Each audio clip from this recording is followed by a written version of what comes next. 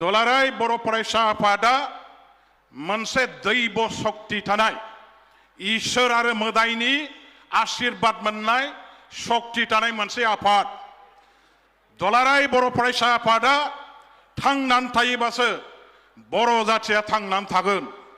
दुलाराय बर' फरायसा आफादा मावनो हायै बे पृथिबियाव जेबो खामानि गैया। दुलाराय बर' फरायसा आफादखौ सोरबाया नाख्रेबनानै गादबनानै फोजोबनो हानाय मोनसे आफाद नङा। बे आफादा जोबनो गैयै अरायबो बोहैबाय थानाय मोनसे दै फुंखा बायदि मोनसे आफाद।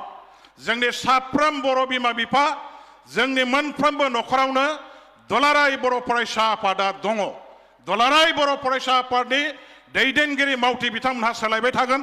समजों लोगोसे गोदान गोदान दैदेनगिरिफोर फैगोन आरो बिथांमोनहा जोंनि बर' जातिनि जातीयताबाद बर' माहारियारि बाद जेखौ होनना बुंदों बेखौ लानानै जोंनि दुलाराय बर' फरायसा आफादनि थांखि नोजोर नीति आदर्श बेखौ लानानै जातिनि थाखाय आपोसहीन रावजोंबो कमप्रमाइज खालामै मोनसे गावनि आखुथाय गावनि मोनसे नोजोर आरो थांखिखौ लानानै अरायबो खामानि मावगोन।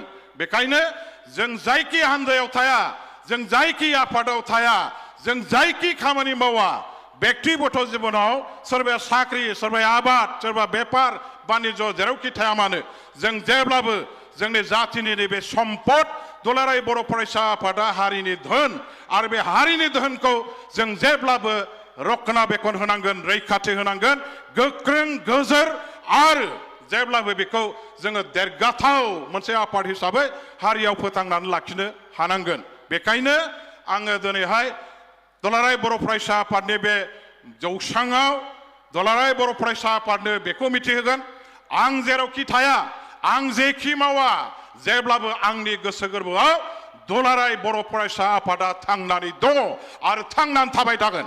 आंनि थैयाव जेब्लाबो दुलाराय बर' फरायसा आफादानो अरायबो थांनानै थागोन आरो बे आंनि मोनसे अधिकार, आंनि बे मोनसे व्यक्तिगत सम्पद हिसाबैबो बेखौ आं जेब्लाबो फोथांनानै लाखिगोन।